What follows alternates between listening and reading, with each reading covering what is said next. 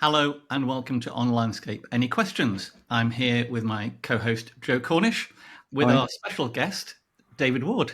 Hello, David. Hi. I wanted to say how then. I don't know why, but it's my age. That program. It was a brilliant program. Yeah, I'd It love to was. see It's that program. Anyway, Yeah. we have a bunch of questions sent in by our readers. We have 10 questions, 10 people. And we'll start. Should I turn verbose mode off? I mean, 10 questions. I mean, that could be several hours. I think it could be. Or we might have to do a sequel anyway. I think it could. We do have a tendency to diverge from the normal path.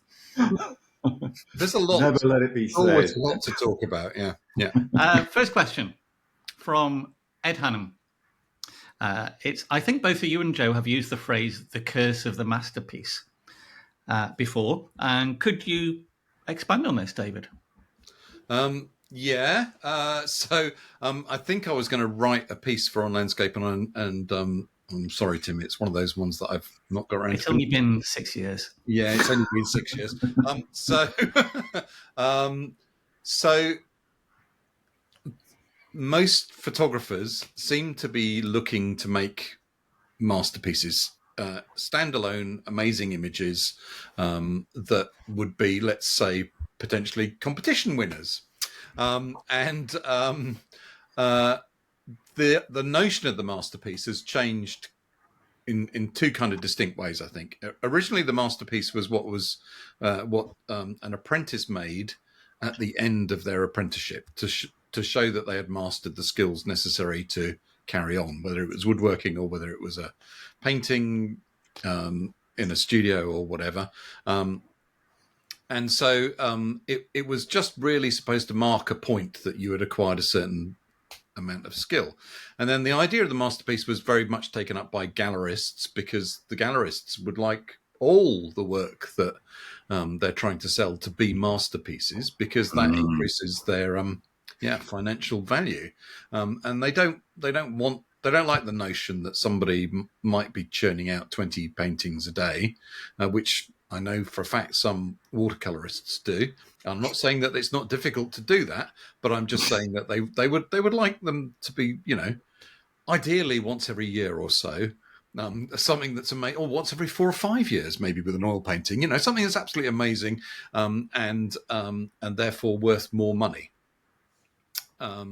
So it's a curse, because I think the notion of the masterpiece restricts our creative approaches, because if we're always looking for some kind of aspect of perfection in the image that we're making, then we're probably turning away from taking some chances.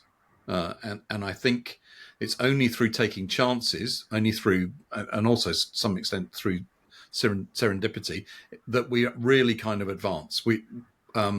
If we're always playing it safe, if we're always just trying to make something that's technically perfect and a safe composition, we're not going to advance. Is my feeling on that. That reminds me of a story from a professor who gave his class, split them into two, and gave one half of the class the task to, in 1 month, create one perfect piece, and the other half of the class, he gave them 1 month to create as many pieces as possible. And unsurprisingly, for a lot of people, the class that produced as many pieces as possible produced some amazing works of art. And the masterpiece was a bit staid and formulaic, potentially. Yeah, well, it's. I mean, to produce as many pieces as possible, you're going to have to get into lateral thinking, aren't you? You're going to have to get into divergent thinking, and divergent thinking is really the core of creativity. Convergent thinking, which I think is what comes into play with the production of the notion of producing a masterpiece, is because you're working towards a gold standard. You're working towards a summit, towards some kind of strictly speaking, unattainable goal. I mean, one of the things that comes into it also is this notion of perfection. That there's something perfect about the masterpiece. You can't fault it in any way. And I know that any photographer will look at their own work and go, "Oh God, yeah, I wish I'd kind of done that differently, and maybe if I'd stood a little bit to the right and a slightly longer exposure, or whatever." I mean, that's all part of the craft. and realizing that things can be improved, and the idealized version of the masterpiece of perfection is actually counters that. It negates that idea, I think. Well, it's sort of it's not quite as bad as the Curse of the Pharaoh, but Well, you say there's nobody's died while searching for. I don't know, but trying to produce one. But I think it's a problem. It's more of a shadow, really. That if people, well, if us, if any of us get obsessed with making pictures which are, just right in every respect, then I think it is very inhibiting on creativity. Pretty much you covered it, David. I think that was absolutely great. I did have a couple of other thoughts, though, which might just add a little kind of flavor to it as well, which is, you mentioned competitions early on, and I can't help wondering if culturally this is something that's become more of a thing, because it didn't used to be any competitions for landscape photographers at all 40 years ago.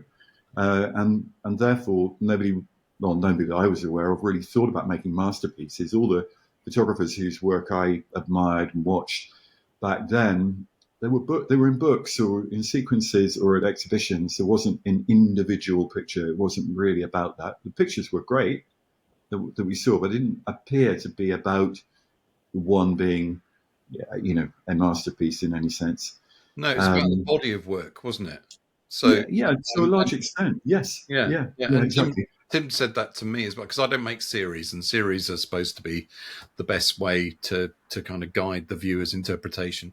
But I don't do that. But Tim said to me that all my work is kind of a series, because it's all connected. The kind of things that I'm interested in. It's exploring your favourite ideas, isn't it? Yeah, I think there's a couple of things on that, because I see projects quite frequently and portfolios that are based around a single theme, and that's a kind of noble and admirable way of, if you like, of offsetting the idea of the masterpiece. However, sometimes that can feel a bit forced as well. Whereas I would say in my own case, my own practice, I just go out and photograph because I have probably a number of different things I love to do. And, over the course of a lifetime, you keep returning to those themes, David, which is the same as what you do, I think, maybe in a slightly different. A lot of painters did that, though, didn't they? They didn't. There's this perception that they worked on a blue theme or this theme or that theme, and a continuous line from start to finish, and then changed to do something else. And they didn't work like that at all. They all overlapped. Yeah. So you might just have a painting that was like 5 years later. Oh, that fits that series. I'll do that. Well, curation, post facto curation is a big part of it, isn't it? You could curate my work or Joe's work or any photographer's work to make series, even though if they weren't originally shot to be series, and that's not necessarily a bad thing, because if it truly reflects what the photographer is interested in, if it truly reflects their concerns, then that's possibly a good way of getting some insight into their view of the world. Exactly. Yeah. Right. We have a few questions about large format and film, but one I think is a transition is in terms of this, and my idea around having to not creating masterpieces, but creating more work that you can divergent thinking, as it were. Has your move from large format to digital allowed you to experiment more and produce more work, and hence different work? Yeah, I definitely think that's true, because more subjects are available. When you've got a range of, I don't know, 10, 12, 14 stops, whatever it is, as opposed to 5.5 on Velvia, if you're lucky, and if Tim scans it, anybody else, you probably got about 4. Then there are more things that you can shoot.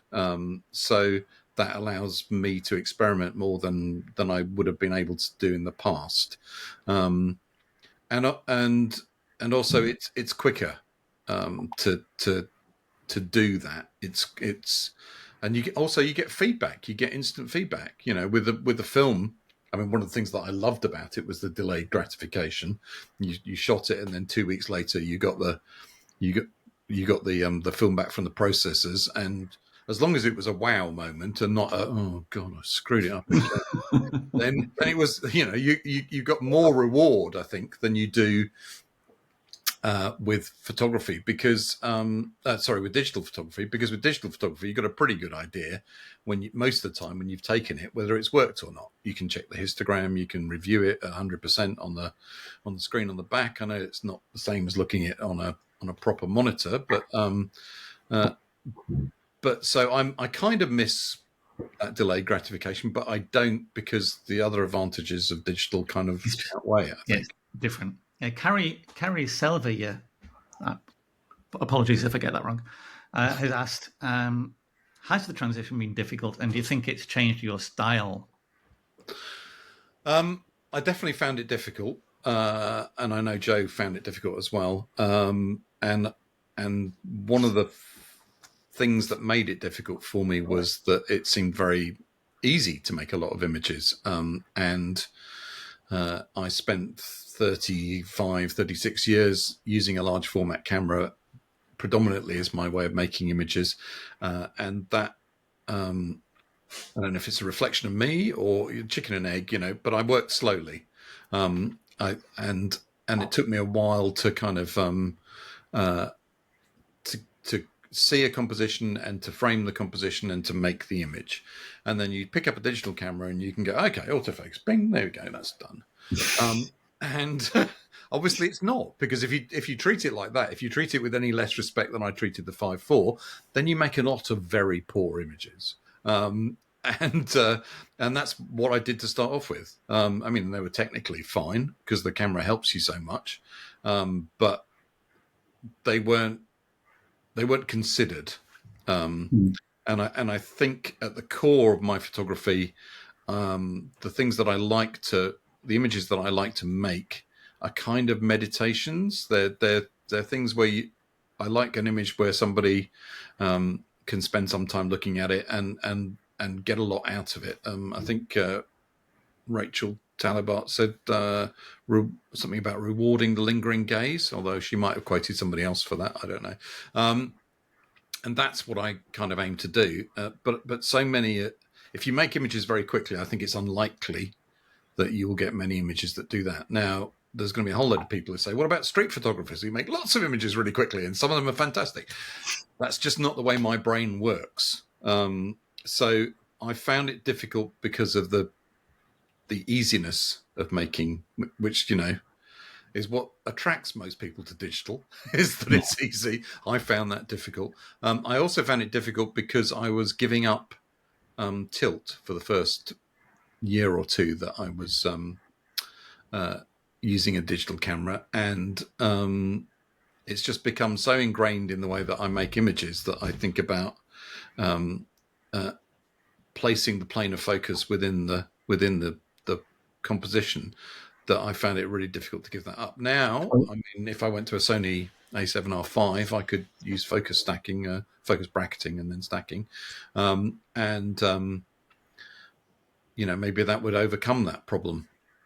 Question from me: do you think that, and for Joe actually, do you think the drop focus when you have a tilted lens is obviously a unique look because it's impossible to achieve any other way? Do you think there's overlooked benefits of that drop focus, interesting plane of drop focus?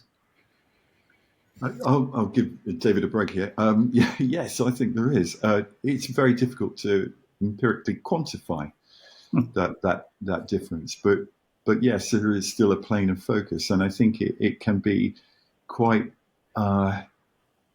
It's rewarding. It's something about it. I mean, there are times when it's difficult, and especially if you have a large three-dimensional object quite close to the camera. But I've found some of my favorite pictures where I've probably not deliberately had a certain softness in quite close zones, which are not so important because they're not part of the picture. Being able to see that and then link the kind of primary areas of focus through the depth of field of the photograph, spatially speaking, is rewarding. It's difficult to describe it. Is it overlooked as an attribute? I think possibly it is, but to me, it's not as important as the fact that just it gives you that feeling, be able to make the photograph in one go rather than having to stack loads of pictures together, which does work, and for some studies it's worked fine. But I think for a landscape, then tilt is nearly always a much more satisfactory way of as it were, executing the process, the technique, and it's easier. So historically, I mean, in the 80s, in advertising and specifically food photography, drop focus was using large format cameras was a real big thing. Stylistically was very important that you just had the strawberry on top of the cake sharp, and then the rest of the cake went beautifully out of focus. You know, the using 10-8 maybe, and the way the depth of field dropped off was really nice. Big Tessar lenses, wonderful. Yeah. But I'm gonna do something which I probably shouldn't do, and I'm assuming that you're going to edit this afterwards, which is so I don't know if you can see that across a bit. Other way. Other way. Oh, there we go. Yeah. So I'll insert the picture. Yeah. Okay. So that I took a picture in snow in a wood near me a few years ago, and it was a beech tree, and the way the beech tree lower branches come down, they come down in kind of sheets of beautiful tracery, and I used the tilt to lay the plane of focus along that tracery. So below the tracery, so the trunk that you can see through in the background is very much out of focus. The tracery is sharp, and that I think would be something that would be quite difficult to do with focus stacking. Yeah, definitely. Because if you focus stack, although Photoshop might do it accidentally for you because it's not very good at subjects like that. If you focus bracket and focus stack, if you want all of that tracery to be sharp, then everything below it is also going to be sharp because it's parallel to the sensor plane. That is using 5.4 like that, or a tilt lens on a Sony in this case. I think does give you a different view of the world. It's just another option, isn't it? I suppose. Yeah, and then it's also been used in a kind of throwaway sense, hasn't it, by people using Photoshop to kind of reverse engineer the tilt look, the macro look, yes, to make wider landscapes look like models. So it definitely gives you a different feel. I think it does give you a different feel, and I like the fact that I can just, like as Joe said, if you get it right, you maybe 2 adjustments and you've got your.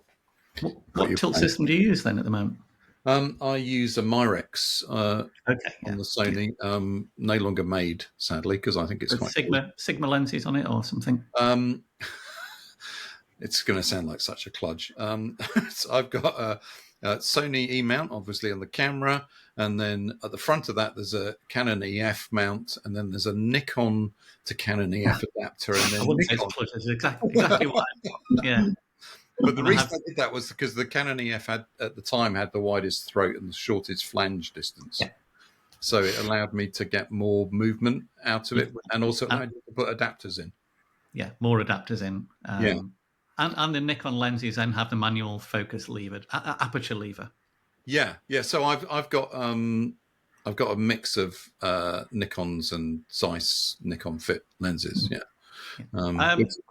Question from Robin Jones about the large format. Do you miss, and what particularly do you miss about the 5.4 workflow, if anything? And delayed gratification, you can't have that when you've already said that. No, I've said it, haven't I? I've shot my bolt on that one. What I don't miss is unloading and loading dark slides. What I miss is the slow ritual. I think is the taking time. Is it possible to fake that? Sorry, say again? Is it possible to fake that slow ritual? I mean, that's the thing I found difficult, is to force myself to not take pictures with digital. It seemed, like when you get a composition set up. Yeah. I'm on large format. I'm going to wait for the perfect conditions to take that picture, and in the process, I might tune it slightly. Yeah. Whereas in digital, I'll go, well, it's free. I'll just take a quick shot, and then I go, well, I've taken the shot now. I could do something else. Yeah, I think that was one of the things when I was swapping across, that I left something too soon. Premature exposure.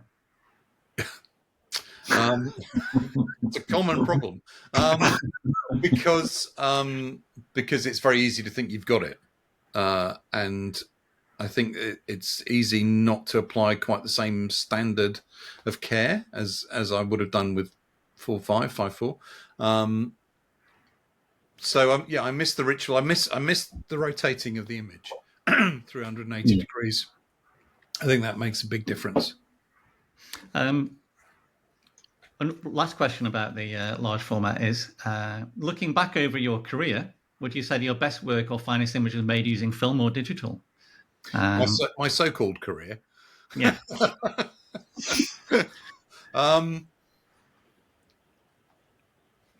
No, I think there's as many good images on each, probably. Yeah. In fact, for a lot of people, their favourite images are the last ones they've taken that they liked anyway. Well, but if I think back, I mean, especially somewhere like Iceland, I went to Iceland for 15 years or so, I think, before I first used a digital camera there. And I made very few pictures in Iceland because it's windy or it's raining or and you've got something with the aerodynamics of a sub post office on top of a tripod, and it's shaped like hell, and so and what light there is often fleeting. So if I think I've probably made twice as many images in half the amount of time on digital, and by that I mean images that I'm happy with. Yeah. I think there are some standout images that I made on 5.4 when the conditions were just right. If I look back, I now think that I've probably made more in... When did I swap? I swapped in 2016. So in 8 years, I think I've made more good images than I did in the previous, however long that was. That's depressing, isn't it? Yeah. Adam Piacella asked a question about ICM and multi-exposure, etc. And he says unconventional photography, such as this, are gaining popularity, and he occasionally uses it as well, albeit sparingly. Some photographers believe these to be beneath them, gimmicky and not art. What does our illustrious guest think? And be honest. Well, that's that show, isn't it? No. Illustrious, I mean. I don't think they're not art. I think in the right hands, I think they're fine. I think there are very few photographers whose work I've looked at using ICM who I think have really mastered it. I think a lot of people use ICM as a way of getting out of a bind. They're they're in a situation where they can't quite see what they'll do. So, I'll use ICM here because I don't know what else to do in this situation. Whereas I would probably go, I'll just walk away and find something else. I mean, I certainly think that if you look at the work of somebody like Valda Bailey, I mean, her imagery is amazing. I'm not tempted to copy. I mean, Joe and I, we were guest leaders, weren't we, on a workshop with Valda and Doug, and we were asked the question, hold on a second, I'm going to have to come up with a phrase here. Valda said something like, it's pointless pointing the photocopier at the world again and again. But we were asked the question whether either of us would do it, and I think there was a fair degree of disappointment when we said no. I mean, what do you think, Jay? Yeah, well, I think this is one where if your main emphasis in your work is around creating fine art and using any technique and every technique to create pictures that are exciting to look at using a camera, then of course it's totally legitimate and you don't have any restrictions. But I have a self-imposed restriction, which might be slightly different to how you would see it, David, but it's parallel, I suspect, which is that the world itself is the source of my creativity. I don't see what I could do to improve it. So it's the idea is to see well enough to see the world as it is and have it engage and maybe mystify or intrigue or interest. And that's how I want to see the world, the beauty of things as they are. Beauty sometimes, these are not there can be many, many emotions in the response to what you're looking at, but underlying it is this search for beauty, but the beauty of the facts as they exist in the real world, which of course it's a photograph. It's not reality. You're not looking at it with, it's a two-dimensional flat surface.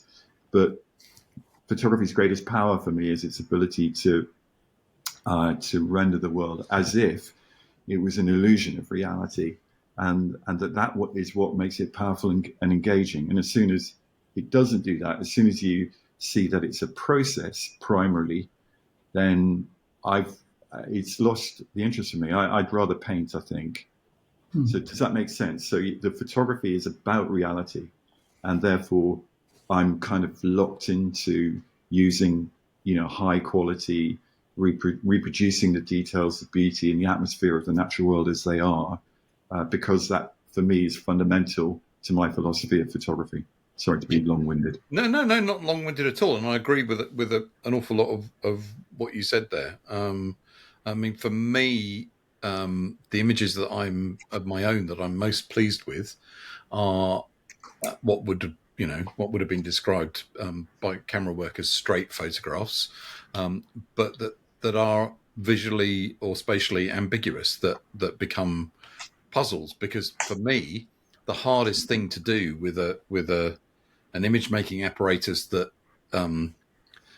is of reality, and you're shooting in a straight way, is to make an image which becomes a visual puzzle. That's really difficult to do, and probably most people looking at them go, oh well, because they weren't there when I did it, and they don't realize how difficult it was to get that. And I think if you use techniques like ICM, multiple exposures in camera, or layering afterwards in Photoshop, that it becomes something else. It's montage, basically, and there's nothing wrong with montage. Montage has a very long, fine tradition in art, but for me, it doesn't feel what I'm interested in doing with a camera. I don't look down on it. It's just not what I'm interested in doing with a camera. Yeah, I mean, with Alder's work, I look up at it because I think it's extraordinary, and I think it's incredible. So creative. Yeah, it's incredible. And Adam, the poser of the question, has made some amazing ICM images. I'm just unlikely to follow him. Yeah, and the difference is that's their thing, whether it's Adam or Valda or whoever. In Adam's case, he's probably still experimenting a little bit, and I know he still likes to shoot straight pictures, I think, too. Whereas Valda is, her artistic background, and she just happens to enjoy using a camera to make amazing images that are mysteries and are full of metaphor and fascination. She's an amazing, amazing artist. Yeah, she is. Yeah. So, but that's another thing. I certainly would agree. It's not about making a judgment, any kind of value judgment. It's just about what you want to do and who you are. Yeah. And in my case, maybe I don't have the creativity to do it, and that's fine too. That's not what I want to do. So I'm still finding it very, very challenging to make good photographs of nature as it is. And I'm so familiar with David's work. I have to say that, his work still amazes and intrigues and delights me because of the mysteries inherent in the way that he sees. There's only one David Ward. Only David can see as he does.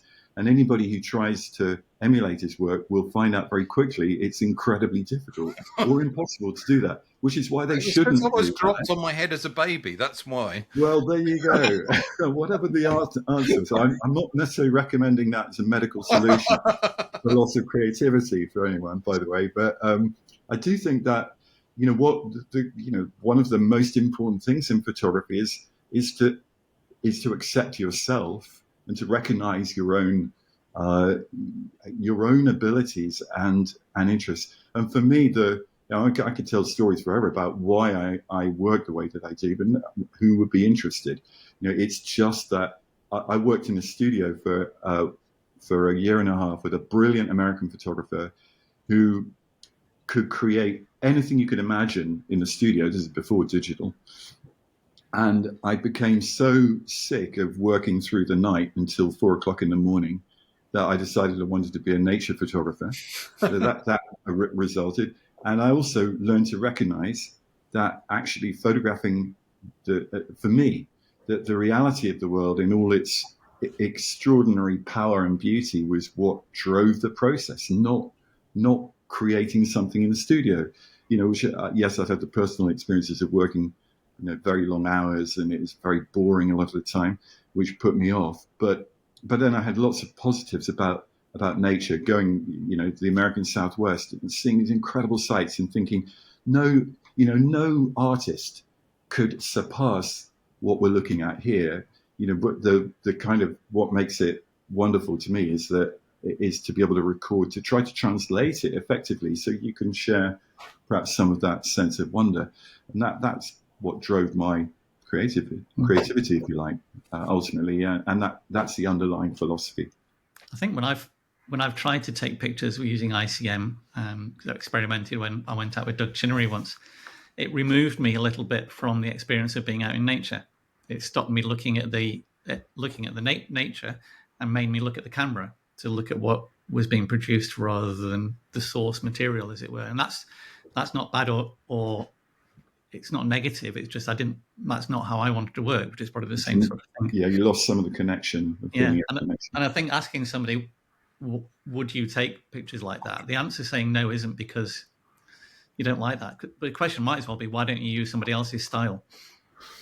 Well, I think it was Ansel said something like that. He never particularly liked other people's photographs because if he really did, he'd be making pictures like them. Yeah. So,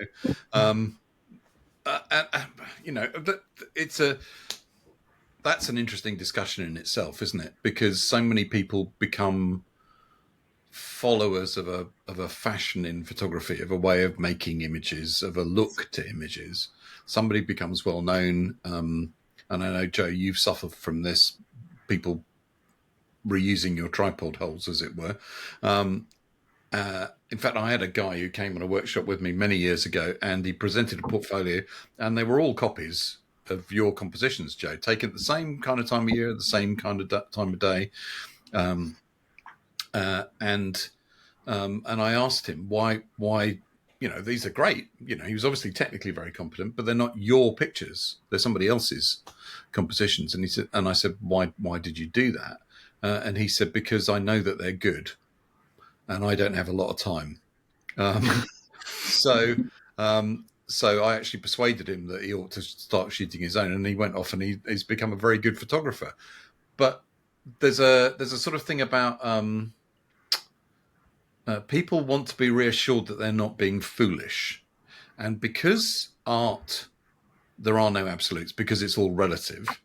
If they make images in a style that's recognized, that gets widespread praise, then there is this possibility that they will be reassured that they're not being foolish by doing that. Whereas if they plowed their own furrow, they might feel that actually that it's of no value at all because nobody else is doing that. Whereas actually, if you look through the history of art, the ones who plowed their own furrow, Van Gogh is always the one that comes to mind, but there were plenty of others. They're the ones who, in the end, stand out as being the great creative spirits. It occurs to me that what you're saying is the difference between being a grown-up and being a child, and actually how being a child is a much more useful model for creativity. Yeah. Well, children have fantastic ability for divergent thinking, haven't they? Lateral thinking, the Edward de Bono thing. You ask, they're not inhibited by. Sorry, yeah, not inhibited by the fear of being foolish, perhaps. Yeah, or at least they not haven't until been taught that they were being foolish. Yeah. I mean, that's an awful lot of what the educational process is about, is teaching us what's wrong. To conform. Yeah. Well, education generally is designed to turn out employees, isn't it? useful workers. Yeah, absolutely. Coming back off that, roughly the topic we're on there in a way is Kai Thompson has asked, what is style and why is it important? And how did you find your style? And we've got a few days, I suppose.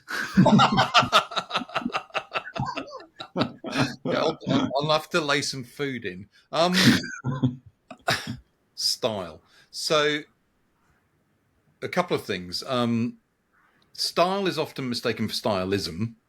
So, like a particular way of shooting, let's say high key or very wide angle lenses, or there's lots of possibilities for that. True style, something that reflects the concern of the photographers. So, if you think of somebody like Diane Arbus, so you could be in a gallery with lots of different photographs of street photography, and almost certainly you'd be able to pick out which ones were Diane Arbus because they reflected the way that she saw the world. So true style is a reflection of the concerns of the artist, and so it grows. It grows as the artist's interests change, as the artist becomes more deeply involved with their subject. It's not something that you can just decide to do. I mean, in fact, if we return to ICM, some people think that ICM is a style. It's a style for Valda because it's how she makes images that move people and move herself. For a lot of people, it's probably not a style. It's just a gloss. It's just a way of making an engaging image, but not one that's really reflects what they're about. Now, I don't want to denigrate people making ICM in a blanket way like that, but there are definitely people who do that. There are definitely people who look at somebody like Mark Adamus's work and go, okay, well, I want to make pictures like Mark Adamus because they've been very successful in social media and blah, blah, blah, blah. Anyway, so style is important because if it is true style, then it truly reflects the concern of the photographer, that it truly reflects how they see the world, how they interpret the world, how they transform the world through the action of making a photograph. And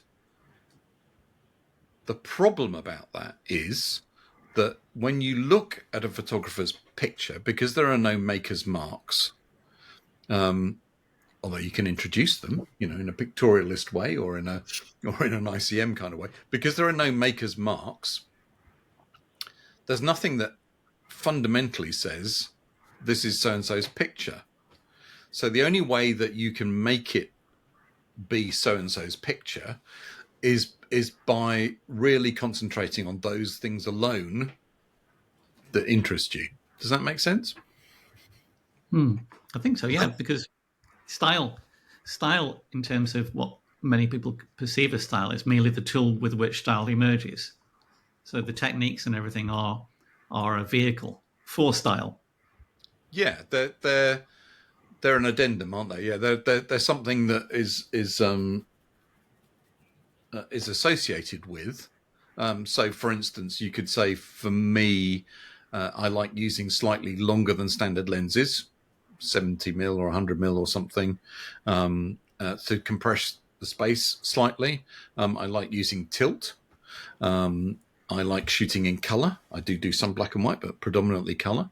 And you could say all of those things were my style, but they're not my style. My style is actually about the way I compose images, and the way I compose images is fundamentally linked to the way that I see those subjects. So you can only really have a style if you're honest with yourself in how you produce, in what you produce. Yeah. If you're looking for something externally, it's probably not style. Honest with yourself. So, I mean, there's been lots of kind of naive artists over the years who have developed style and have no kind of knowledge of the wider art world. They're being honest with themselves without even knowing that there is a way of being dishonest, aren't they? I suppose, because they naivety. Yeah. So I don't think you have to consciously say I have to be honest, but I think well, one of the things that I did, so at college, did a degree in photography. You get exposed to a lot of different kinds of photography, and the history of the image making, and a lot of stuff about philosophy of how images work. And then when I left college, I spent a lot of time not looking at other people's pictures, because I was concerned that by looking at other people's pictures that they would influence the way that I made my own images. And this was probably quite bad for me commercially. But and it's probably quite, it's probably a fool's errand, because we're surrounded by images all the time. We're absorbing them all the time. But I tried to develop my own style by concentrating on what I found interesting in the wider world. I mean, so people call me a landscape photographer. I'm not sure I'm a landscape photographer. I make images outside, I think, is probably enough. Yeah. Yeah. Sometimes in wild places, sometimes not in wild places. So I just tried to develop a way of seeing that closely linked to what I'm concerned about. So I'm interested in the gap between how the camera sees and how the mind-eye combination sees. I'm interested in color relationships. I think that for me, that's a fascinating area. It's obviously hugely important within the history of art. I'm interested in how human perception works, and all these things play into how I make an image. And they're not in the forefront of my mind when I'm making a picture, but because I've read reasonably widely on these subjects, they're obviously working away in the background. I think developing a kind of personal philosophy of photography was a big step for me. And I suppose the first book, Landscape Within, was my laying that down. I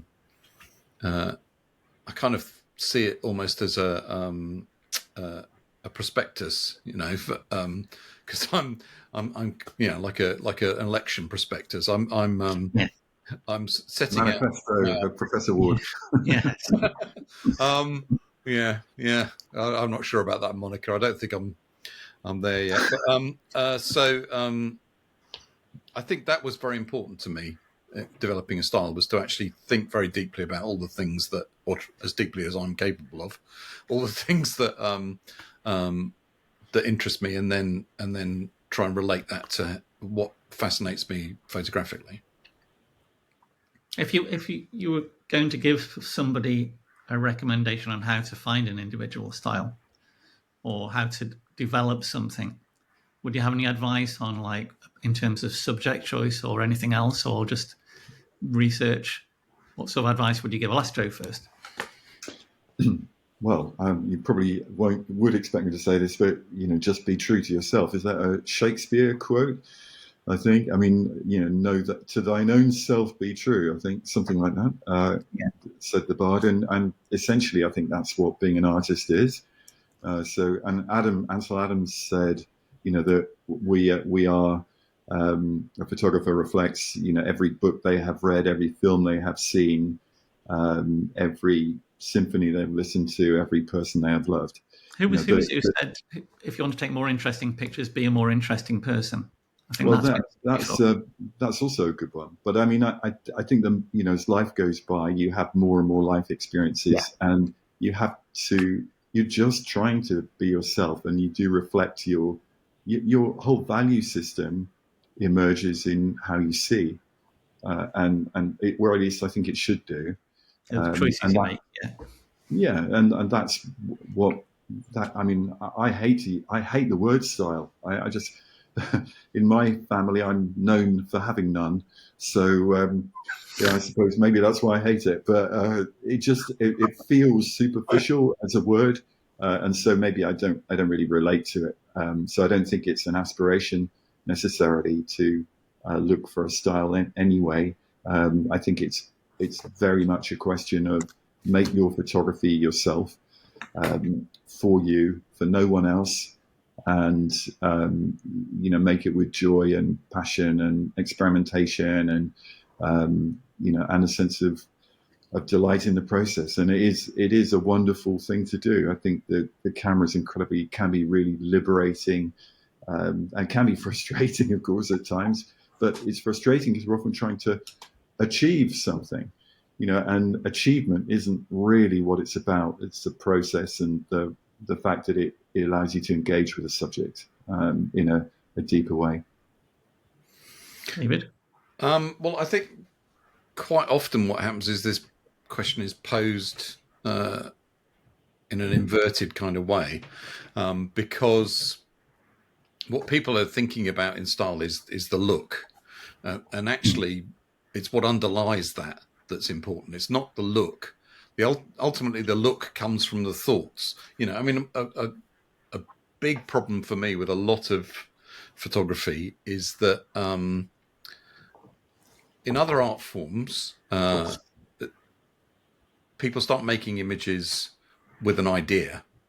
In photography, because we have this ability to translate reality, they start making images with what's in front of the camera, and they don't often relate that to an idea at all. That's, well, that looks nice, bang, picture. So we start the wrong way round, I think, a lot of the time, and also we often mistake subject for object.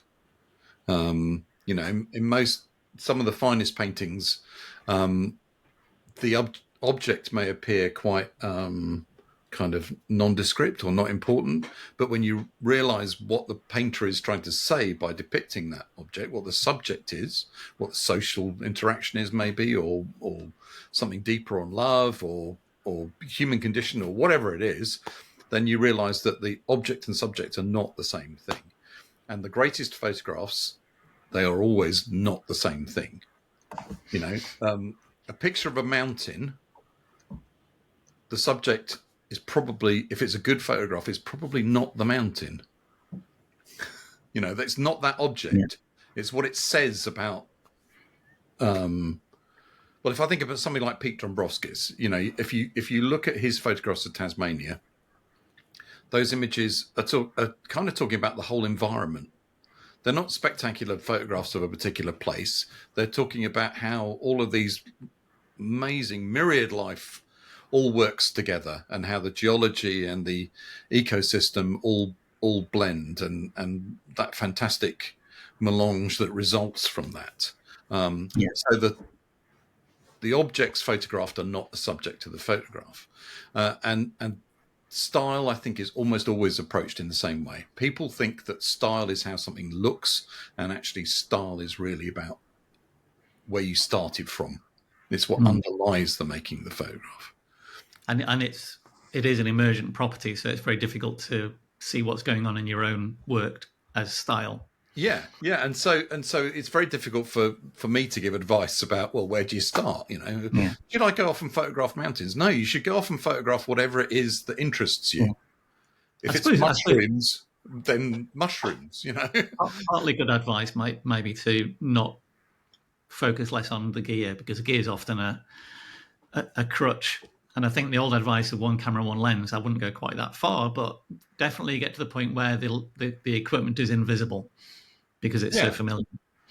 Well, first ever time I went to Iceland, which was with Joe, I had two lenses for my 5.4, and on the first evening, I don't know if you remember, Joe, the 90mm lens, the shutter jammed. Well, it was the aperture ring jammed. So I had one lens. I had a 150mm lens for the whole trip, which was not the lens that I generally used the most. But I think that played a key role in me shifting towards making the more intimate images that I've become known for, because I had a limitation. And I think limitations are really important in the artistic process. And in fact, one of the good things about film, shooting transparency, was there were lots of limitations. You had to work within those limitations to make good images, and that made you more concentrated on what was possible and what you should try and do. I just have to say that I've told that story of David's on numerous occasions when he wasn't there, because I think it's one of the best examples of how creativity works. Up till now. And also, of course, I should say that I obviously Obviously it was me who did that. So you've heard it here for the first time, David. I destroyed your 1990. I wish I could take credit for being the kind of catalyst for your extraordinary work since. But I do think that I'm pretty sure that we had lots of discussions on that trip around that, and the fact that you were having to limit your perspective to the standard lens and how it made you think differently, and that it was an enormously powerful example because you had no choice. You had to do it. And then, of course, the other thing that you referred to is slightly less limiting, but is the choice that we were both limited to at the time of using transparency film, because we were both doing a fair amount of work for publishers and reproduction. That was what was expected of us. Working with a limited dynamic range hugely influenced the way you saw light, and I still think it does today. And I think that is one of the biggest problems for contemporary photographers, contemporary landscape photographers, is they haven't had to learn how to manage limited dynamic range, and therefore you can almost make any lighting situation work. But any lighting situation is not the same as lighting that reveals in a powerful way. So the aforementioned Peter Dombrovskis typically, most of the time, photographed in very soft light, because, to quote Paul Wakefield, strong light would have broken his composition. And he would have developed that technique because of his experience shooting transparency materials. And so, in a way, that was a limitation that created Peter's style, or part of it at any rate. And just in the same way, to some extent, that David's 150 experience in Iceland helped to at least guide him in that direction. On that transparency basis, I find it not coincidental that the dynamic range of transparency in Velvia is almost exactly the same as the dynamic range of reflected light off paper. So when you take a picture and print straight off transparency, the light differences and the contrast on the piece of paper are the same as you would have seen in the actual view. Yeah, right. And it is interesting that that those transparencies are still so powerful when you look at the originals. They are things that objects of extraordinary beauty. I'm not sure exactly whether that really matters ultimately, that it was say only four stops or just over in practice, but because it's still an advantage having a much bigger dynamic range. I think it helps sometimes, because if you try and compress 14 stops of a really bright scene onto paper, it often looks very strange. You have to know how to manage the file accordingly. Yeah. Well, and that both of them are widely different from how human eye sees. But so you probably know this better than I do. How many stops does a Sony A7R4 give you? Probably about 14-ish. 14. Yeah. So at my advanced years, I can probably see 25 stops. And when you're 16, you can see 40 stops. It's a huge difference. And I know from having people in workshops that one of the things that happens early on is that when they're just kind of finding their feet is they will try to photograph something which has a much larger dynamic range than is possible to render. And then they'll feel that it's their fault that they didn't manage to render it, when actually it's, as I like to say, subject failure. So that gap, which I mentioned earlier, between how we see and how the camera sees, is really important to kind of get to grips with that. And I think Joe's perfectly right that if you can shoot in almost any light, or at least much more wide conditions than you used to be able to, that maybe your appreciation of what's good light might be somewhat diluted. Exactly. Question about the art world from Sue Parks. She said she would love to hear Joe and David talk a bit about why some landscape photographers has been taken on by the art world and why some haven't, and why an art gallery would consider representing a particular landscape photographer. She's thinking of people like Ellie Davis, Susan Durgee, Jen Southam. So basically, what is it that makes art world landscape photographers? Gosh, that's a super question. It's not an easy one to answer. I wish I We have, knew. we have the option of having a part B for this talk if you're interested at some point, David. So, well, if you look at somebody like, let's say, Gursky, who was a student of the Beckers, I think, the Dusseldorf School, is that right? Yeah. Partly he was being taught by people who already had strong connections within the art world, who no doubt told him what were good things to do in order to get connections and to be exhibited. They were his tutors were already moving in the right circles. Now, there's I can't try and Struth and Becker and Gursky. There's not that huge number of people who came out of that, despite the fact that they had advantages. So it still relies upon somebody having the vision, somebody having the talent, the intelligence. But it's certainly an advantage if you've got some into that. I think all of the Becker students had success, let's say, but not all as good as maybe quite the same level. Yeah. There was a story about a chocolate bust. I'm trying to remember the story.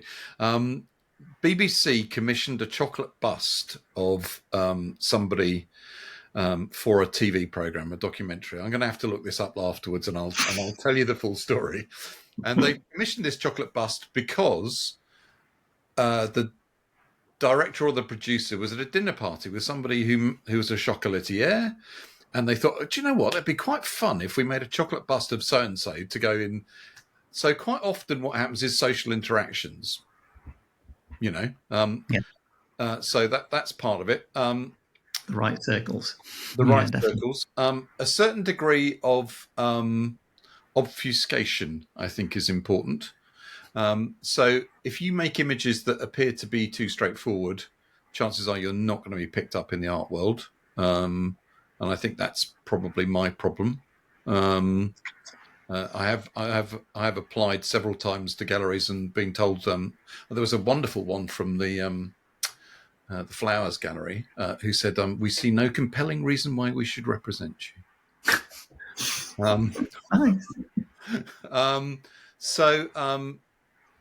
I think you need to make them in such a way that nobody really understands what you're doing, and then you need a critic to come along, tell everybody what you're doing. Yeah. Now, if we look at Ansel Adams, this is quite a good example. So Nancy and Beaumont Newhall, very well established in the Eastern art world, wrote a very famous biography of Ansel, Eloquent Light. Is that the right one? I think it is.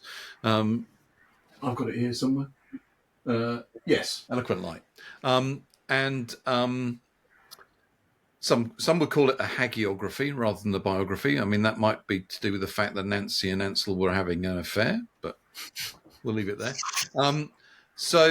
And they introduced Ansel to the Eastern art market, really, and they established his reputation as being a great artist. Although, he'd sold portfolios since he was in his early 20s, I think, in San Francisco, because his parents were very well connected, what we would consider to be kind of upper middle class. But he didn't really establish his reputation as a photographic artist until much later on when The Eloquent Light came out.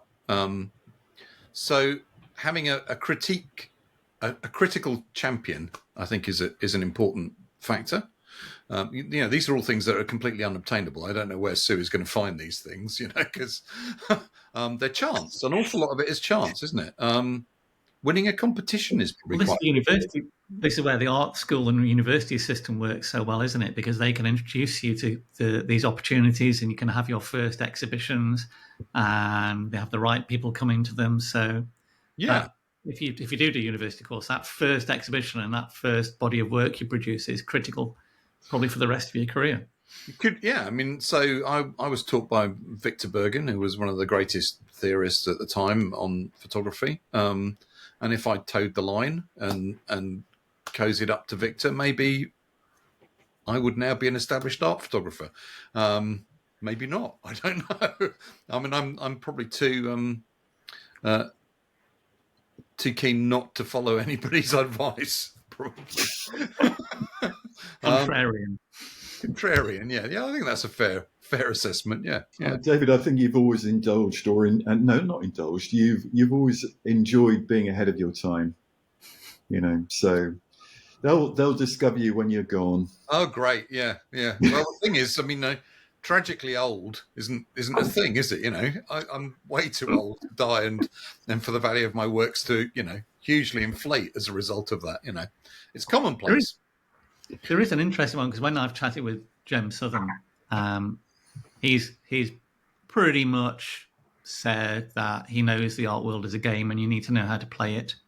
And things like when he produces the books for his bodies of work, they don't make any money for him. In fact, they cost a lot of money, but you have to produce under a certain publisher in order to get in the right circles, and you have to have those books at your exhibitions to be able to hand out to people and give to the right promoters and critiques, etc. So yeah, there's definitely a game part of it.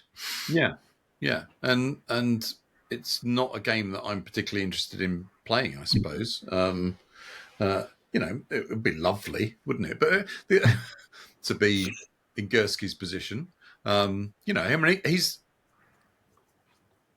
very much traduced by landscapists, I think, in around the world. But he's an interesting thinker on photography. I think most landscape artists would find Butinsky easier to relate to than Gursky, but they're both very interesting. Well, that's reflective of it. Again, you have to be a salesman, or you have to have an agent who's a salesman, because it's all about sales. And success in regular landscape photography is often about sales as well. You need to be a salesman, and you can be successful without great work, and you can do great work without being successful. I'd say they're probably contrary in linkage. Well, there's certainly no there's no definite link between the two, is there? One doesn't follow on from the other. No. I've got a couple more questions. We'll try and fit them in fairly quickly. John Clifton says, is there anything AI powered that you've found useful in your photography? No. Not yet. Not yet. There you go, Tom. Well, I mean, I suppose I watched a video the other day. Somebody was going on about using AI to expand a frame because you'd crop too close to the edge. I suppose that might be useful. I mean, when you do content-aware fill, well, you can do an AI version of that now, can't you? So that's very good. Yeah. If of course, nobody ever clones or ever. Not in our competition. The AI sharpening, I think, is magical. And AI noise reduction is extraordinary. Yeah. The two things work in almost. Arthur C. Clarke wrote about anything. Yeah. Anything we can't understand is indistinguishable from magic. So I mean, I think I do use. I don't use. So I do now use the denoise in Lightroom, which is some sort of AI, I think, isn't it? Yeah. And occasionally use AI sharpening, very occasionally, but it has to be very, very light hand on it as well, because it can the defaults are pretty terrible, over the top.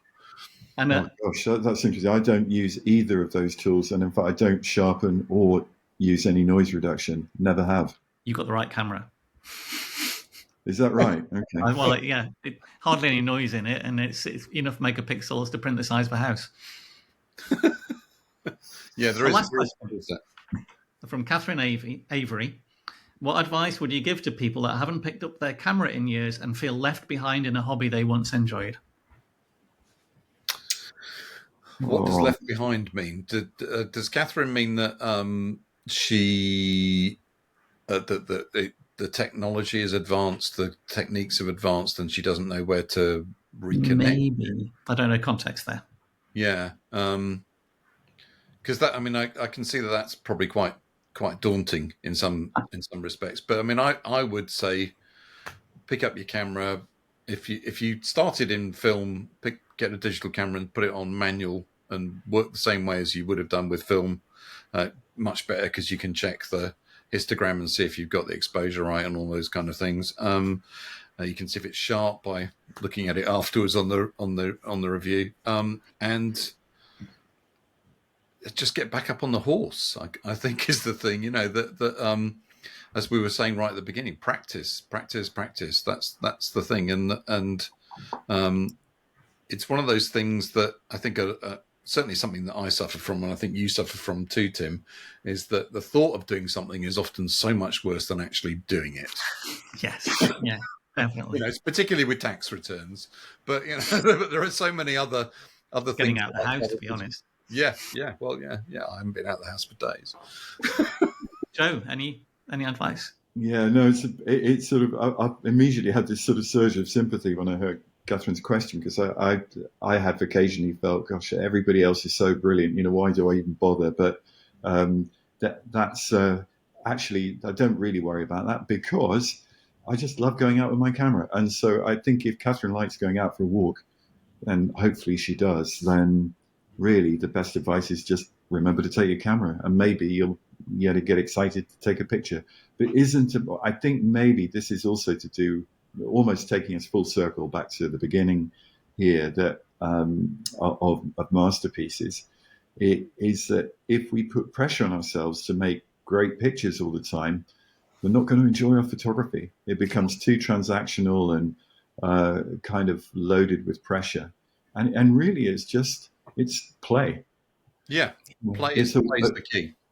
What if I take a picture of this? And sometimes you want to spend a long time fiddling around with it, left a bit, right a bit, down a bit, whatever, and that can be fun, or fiddling around with the focus.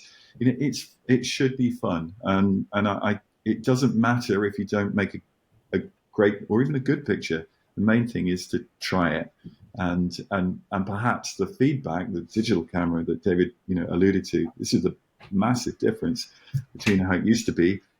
In the past, the reason that we could make a good living as photographers was that being a film photographer is really difficult, but we kind of, in a way, we cracked the code of making consistently well-focused, well-exposed, well-seen images on film, and especially on large format film. That was a way of making a living. You can't do that now. So the priority is completely changed. I mean, you can still make good pictures, but anybody can make a reasonably well-exposed, well-focused picture. The hard part is seeing well, and that's really just a question of seeing as you see and learning to make that step. And in Catherine's case, I just encourage her to go out and enjoy it. Yeah, I think that's it. Just being outside in nature, and then if something does urge you to pick up a camera or to take a picture, that's great. If not, enjoy being out. I think the play thing that you've mentioned is really, really key. And we talked earlier about how children don't worry about whether it's going to work or not. You just do something, and if it works, it works. If it doesn't, it doesn't, and you move on to something else. And I think that a lot of the times we don't give ourselves permission to do things. We tell ourselves that we're incapable of doing something before we've even done it. And play is really key. We learn. Humans are designed to learn. Mammals are designed to learn by play. And part of that process is, quotes unquote, failing. But you have to. That is inherent. It has to be done. And you shouldn't be worried about failing. You should just go, okay, well, what can I learn from the fact that didn't work? Yeah, exactly. That's great. I think that's it. We've got all the questions done, and it's very enjoyable. Thank you very much, David and Joe. Thank you. Thanks, Tim.